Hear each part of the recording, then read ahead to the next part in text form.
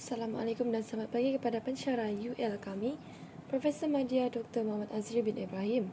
Saya Jasnita binti Jasbar selaku Ketua Kumpulan bagi Kumpulan 4 dan hari ini kami akan membincangkan tentang kertas kerja kami iaitu hak asasi. Hak asasi ialah hak yang dasar atau pokok seperti hak bebas mengeluarkan pendapat dan menganut sesuatu agama. Menurut Muhammad Fauzi Hamad, terma hak asasi manusia merujuk kepada hak-hak yang asas yaitu setiap manusia berhak memilikinya sebagai lambang penghormatan kepada kemuliaan dan fitrah kemanusiaannya. Doktrin hak asasi manusia sangat berpengaruh dalam undang-undang antarabangsa dan global. Hal ini terbagi kepada dua segi, yaitu dari segi perundangan dan juga dari segi moral. Persatuan Bangsa-Bangsa Bersatu, yaitu PBB, telah mendokumentkan hak-hak asasi manusia yang patut dimiliki oleh setiap insan manusia, mempunyai maruah dan harga diri manusia adalah dihormati dan dilindungi. Hak asasi manusia diwartakan dalam Undang-Undang Antarabangsa. Ia diwujudkan untuk memenuhi piagam Persatuan Bangsa-Bangsa Bersatu, yaitu hak asasi manusia adalah milik semua dan tidak ada pengecualian. Merujuk kepada undang-undang tertinggi negara, yaitu Perlembagaan Persekutuan, hak asasi manusia adalah satu kemestian. Hak asasi merupakan bahagian kedua dalam Perlembagaan Persekutuan yang mana ia membincangkan perkara 5 hingga ke perkara 13. Perkara 5 membincangkan tentang kebebasan diri, iaitu tiada seorang pun yang boleh diambil nyawanya atau dilucutkan kebebasan dirinya kecuali menurut undang-undang. Perkara 5 terbahagi kepada 5 fasal yang mana kelima-lima fasal ini membincangkan tentang kebebasan dan asasi seseorang itu. Perkara 5.1 mencatatkan tentang tiada seorang pun yang boleh diambil nyawanya atau dilucutkan kebebasan dirinya kecuali menurut undang-undang. Perkara 5.2 membincangkan tentang jika pengaduan dibuat ke Mahkamah Tinggi atau mana-mana hakim Mahkamah Tinggi menyatakan bahawa seseorang adalah ditahan dengan menyalahi undang-undang, maka mahkamah itu hendaklah menyiasat pengaduan itu melainkan berpuas hati bahawa tahanan itu adalah sah di sisi undang-undang. Mahkamah itu hendaklah memerintahkan orang itu dibawa ke hadapan mahkamah dan melepaskannya. Seterusnya, perkara 5.3 pula menerangkan mengenai jika seseorang ditangkap, maka ia hendaklah diberitahu sebab ia ditangkap dan hendaklah dibenarkan berunding dan dibela oleh peguam pilihannya. Perkara 5.4 pula mencatatkan tentang jika seseorang ditangkap dan tidak dilepaskan, maka orang itu hendaklah dihadapkan ke hadapan magistrat dalam tempoh 24 jam dan penahanan tanpa kuasa magistrat adalah tidak dibolehkan. Hal ini membawa maksud bahawa warga negara Malaysia tidak boleh ditahan tanpa perintah tahanan daripada magistrat. Fasal yang kelima menyatakan bahawa perkara 5.3 dan perkara 5.4 adalah tidak terpakai bagi individu bagi warga negara lain. Baiklah, contoh kes untuk perkara 5 di mana Lee Yew Poh versus Dr. Lim Teck Man pada tahun 2010, di mana Lee Yew Poh, seorang penulis bebas, mendakwa dua orang doktor iaitu Lim Teck Man dan Loh Guan Lee atas sebab mengambil gambar bahagian sulit beliau semasa tempoh rawatan dijalankan tanpa pengetahuan beliau. Disebabkan perkara ini telah dituntut ke mahkamah, Dr. Lim diminta untuk membayar ganti rugi sebanyak RM25,000 dan kos bernilai RM10,000 kepada plaintiff kerana telah dibuktikan bersalah apabila testimoni daripada Dr. Muhammad Akhtar Qureshi bersifat berat sebelah kepada Dr. Lim dan menyebabkan plaintiff ataupun Lee Yew Poh menang kes tersebut. Seterusnya, perkara 6 membincangkan tentang pengabdian dan juga kerja paksa. Perkara 6 pula terbahagi kepada 4 fasal, iaitu yang pertama, menyatakan bahawa tiada sesiapa pun boleh ditahan sebagai abdi.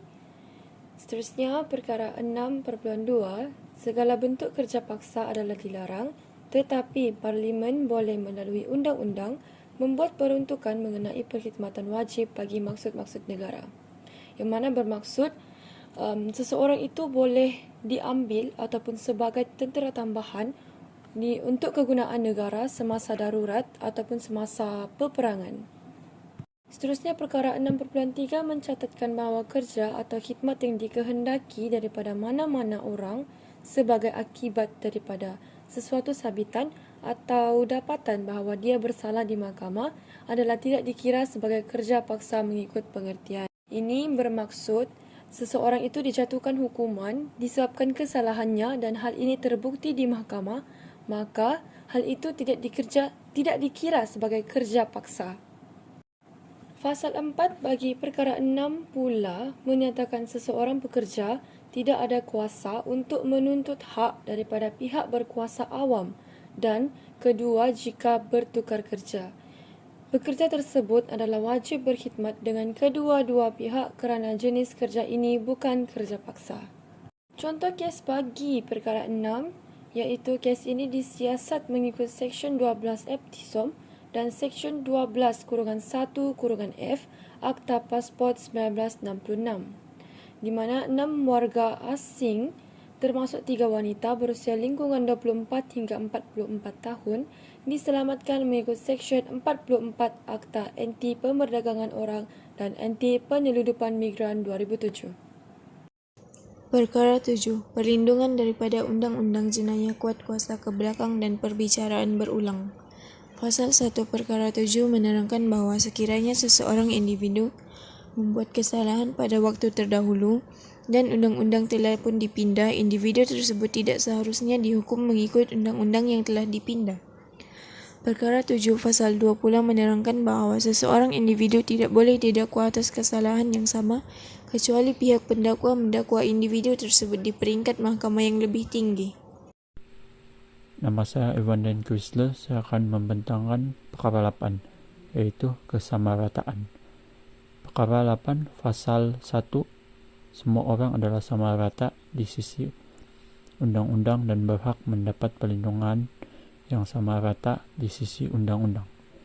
Perkara 8, Pasal 2, kecuali sebagaimana yang dibenarkan dengan nyata oleh perlembagaan ini, tidak boleh ada diskriminasi terhadap warga negara semata-mata atas alasan agama, ras, keturunan, tempat lahir atau jantina dalam mana-mana undang-undang atau dalam pelantikan kepada apa-apa jawatan atau pekerjaan di bawah sesuatu pihak berkuasa awam atau dalam pentadbiran mana-mana undang-undang yang berhubungan dengan pemerolehan, pemegangan atau pelupusan harta atau berhubungan dengan penubuhan atau perjalanan apa-apa pertunggangan, penjagaan, profesion, kerjaya atau pekerjaan. Perkara 8 Pasal 3. Tidak boleh ada diskriminasi yang memihak kepada mana-mana orang atas alasan bahwa dia seorang rakyat raja bagi mana-mana negeri. Perkara 8 Pasal 4. Tiada pihak berkuasa awam boleh mendiskriminasikan mana-mana orang atas alasan bahwa dia bermastautin atau menjalankan perniagaan di mana-mana bahagian persekutuan di luar bidang kuasa pihak berkuasa itu. Perkara 8 Pasal 5 menerangkan bahwa perkara 8 tidak melarang peruntukan mengawal selia undang-undang diri. B. Peruntukan atau amalan yang menghadkan jawatan atau pekerjaan yang berkaitan dengan hal ehwal mana-mana agama atau sesuatu institusi yang diuruskan oleh sekumpulan orang yang menganuti mana-mana agama kepada orang yang menganuti agama itu. C. Apa-apa peruntukan bagi perlindungan, kesentosaan atau pemajuan orang asli Semenanjung Tanah Melayu terhadap perizabah tanah atau perizabah bagi orang asli sesuatu perkadaran yang munasabah daripada jawatan-jawatan yang sesuai dalam perkhidmatan awam. D. Apa-apa peruntukan yang menetapkan kemastautinan di sesuatu negeri atau di sebahagian sesuatu negeri sebagai suatu kelayakan bagi pemilihan atau pelantikan kepada mana-mana pihak berkuasa yang mempunyai bidang kuasa hanya di negeri atau di bagian itu sahaja, atau bagi pengundi dalam pemilihan itu. Apa-apa peruntukan pelembagaan suatu negeri yang adalah atau yang bersamaan dengan suatu peruntukan yang berkuat kuasa sebaik sebelum hari merdeka. Peruntukan yang menghadkan pengambilan masuk tentera ke dalam regimen askar kepada orang Melayu. Menurut The Malaysian Insect 2019, Perdana Menteri Dr. Mahdi mengatakan bahawa kepentingan kekayaan negara perlu diagihkan secara sama rata dalam dan adil antara semua kaum. Contohnya, ekonomi di Tanah Melayu dikuasai oleh orang Cina sehingga hari ini, yang menunjukkan ketidaksamarataan dalam sudut ekonomi terhadap penduduk bumi putra. Justru, setiap kaum perlulah diberi peluang yang sama rata untuk mendapatkan jawatan tinggi di sektor ekonomi.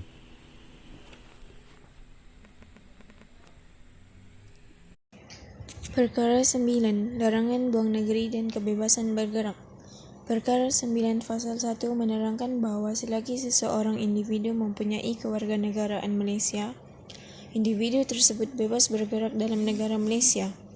Perkara 9 Fasal 2 pula menerangkan bahawa sekiranya satu individu tidak mendatangkan mudarat kepada masyarakat awam, individu tersebut diberikan kebebasan untuk bergerak dan bermastautin di setiap tempat di negara kita. Perkara 9 Fasal 3 pula menerangkan bahawa undang-undang mengenai penyekatan antara negeri-negeri yang mempunyai hak istimewa dan negeri Tanah Melayu boleh dilaksanakan mengikut kepada hak-hak yang tertera di Fasal 2. Undangkan tentang Perkara 10 iaitu kebebasan bercakap, berhimpun dan berpersatuan. Di Malaysia, kebebasan bersuara terkantung dalam Perkara 10 Perlembagaan Persekutuan yang jelas menyatakan bahawa kebebasan bercakap, berhimpun dan menubuh persatuan merupakan kebebasan asasi yang diberikan kepada warga negara. Namun harus difahami bahawa kebebasan bersuara atau apa-apa jua kebebasan yang diberikan, Perlembagaan Persekutuan mempunyai had-had, kawalan dan sempadan yang tertentu. Sebagai contoh, isu yang boleh diutarakan sebagai isu kebebasan bersuara ialah seperti isu saudara Ju Fazli yang telah ditahan di Ibu Pejabat Polis Daerah Tawau yang telah didakwa pada hari Selasa, iaitu 15 November 2021 di bawah Seksyen 500 berikutan kenyataan terbuka beliau di media sosial yang dilihat bermotifkan politik dan mengganggu gugat sesetengah pihak. Saudara Ju Fazli terkenal dengan kehebatan pidato dan keberanian beliau dalam memperjuangkan hak rakyat, terutama rakyat Sabah. Terdapat beberapa pasal yang termaktub dalam Perkara 10 iaitu kebebasan bercakap, berhimpun dan menubuh persatuan tertakluk kepada Pasal kurungan 2, Pasal 3 dan Pasal 4. Yang pertama iaitu Pasal 1 kurungan E. Tiap-tiap warga negara berhak kepada kebebasan bercakap dan bersuara. Yang kedua kurungan B. Semua warga negara berhak untuk berhimpun secara aman dan tanpa senjata. Pasal 1 kurungan C. Semua warga negara berhak untuk membentuk persatuan. Manakala Pasal 2, Parlimen boleh melalui undang-undang mengenakan kurungan E ke atas hak yang diberikan oleh perenggan kurungan E. Pasal 1 iaitu apa-apa sekatan yang didapati perlu atau suai manfaat demi kepentingan keselamatan persekutuan atau mana-mana bahagiannya. Hubungan baik dengan negara-negara lain, ketenteraman awam atau prinsip moral dan sekatan-sekatan yang bertujuan untuk melindungi keistimewaan Parlimen atau mana-mana Dewan Undangan atau untuk membuat peruntukan menentang penghinaan mahkamah, fitnah atau pengapian apa-apa kesalahan.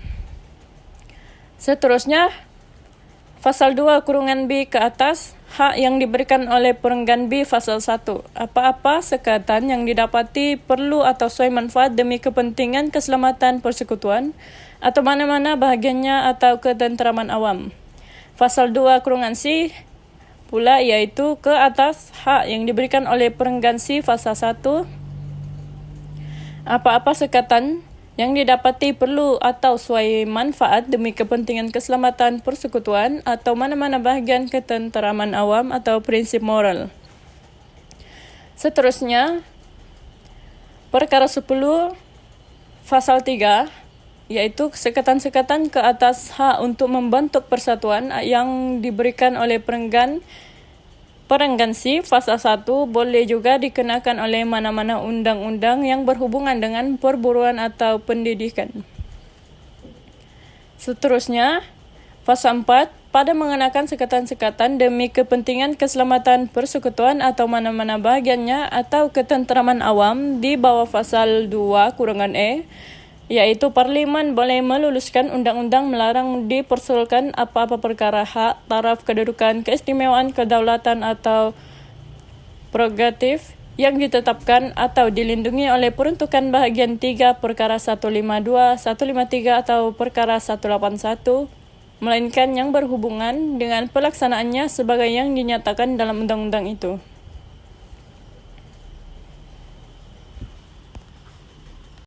Seterusnya, perkara 11 iaitu kebebasan agama. Pengembangan agama kepada penganut lain selain Islam adalah dibolehkan di sisi undang-undang, kata Menteri di Jabatan Perdana Menteri Senator Dato' Idris Ahmad. Beliau menjelaskan hak kebebasan beragama di bawah perkara 11 juga masih dijamin walaupun rang undang-undang RUU itu digubal dan diluluskan. Kebebasan beragama di Malaysia adalah tertakluk kepada Perlembagaan Malaysia. Ia merupakan satu prinsip yang mana memberikan kebebasan kepada individu atau komuniti untuk menganut dan mengamalkan agama masing-masing. Kebebasan beragama ini dikira sebagai salah satu hak asasi yang fundamental kepada manusia sejagat.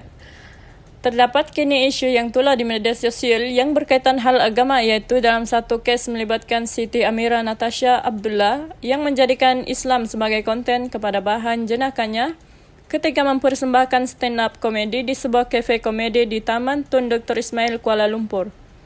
Setelah itu, ini mula tular. Timbul pula individu-individu yang lain dengan bebas yang beraninya menghina Islam dan Nabi Muhammad SAW. Malam mutakhir ini muncul kumpulan-kumpulan yang memperjuangkan kebebasan beragama seperti Angkatan Murtadin Malaysia AAM, iaitu sebuah kumpulan yang menjadi wadah kepada individu yang berhasrat untuk murtad. Misi kumpulan ini adalah untuk menyokong komuniti murtad dan memberitahu kepada masyarakat tentang permintaan golongan murtad dan hak untuk meninggalkan Islam. Dalam hal ini, terdapat 5 pasal dalam perkara 11 yang berkaitan agama, iaitu pasal 1. Tiap-tiap orang adalah berhak menganuti dan mengamalkan agamanya dan tertakluk kepada pasal 4. Mengembangkan agamanya. Seterusnya, pasal 2 iaitu tiada sesiapa pun boleh dipaksa membayar apa-apa cukai jika pendapatan dari cukai itu adalah diuntukkan khas sama ada kesemuanya atau sebahagiannya bagi maksud-maksud sesuatu agama yang lain daripada agamanya sendiri. Seterusnya, pasal 3. Tiap-tiap kumpulan agama adalah berhak. Terdapat 3 bahagian iaitu bahagian A. Tiap-tiap kumpulan agama adalah berhak menguruskan hal ehwal agama sendiri. Bahagian B, menubuh dan menyelenggara yayasan-yayasan bagi maksud-maksud agama atau khairat.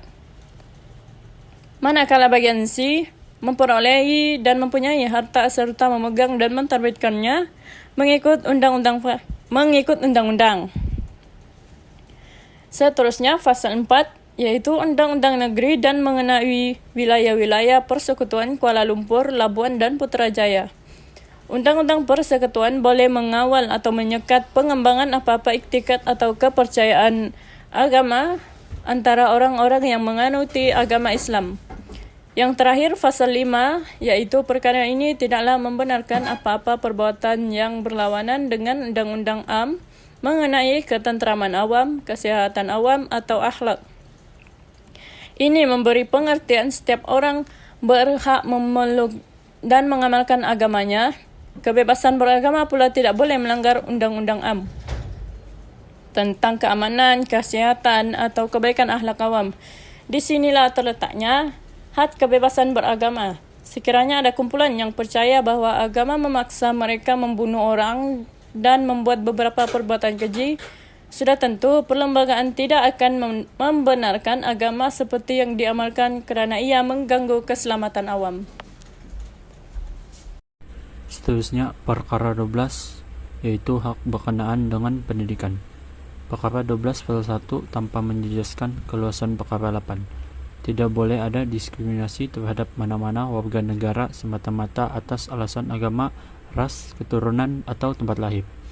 Perkara 8 pasal 1E menerangkan dalam pentadbiran mana-mana institusi pendidikan yang diselenggarakan oleh suatu pihak berkuasa awam dan khususnya kemasukan murid-murid dan pelajar-pelajar atau pembayaran.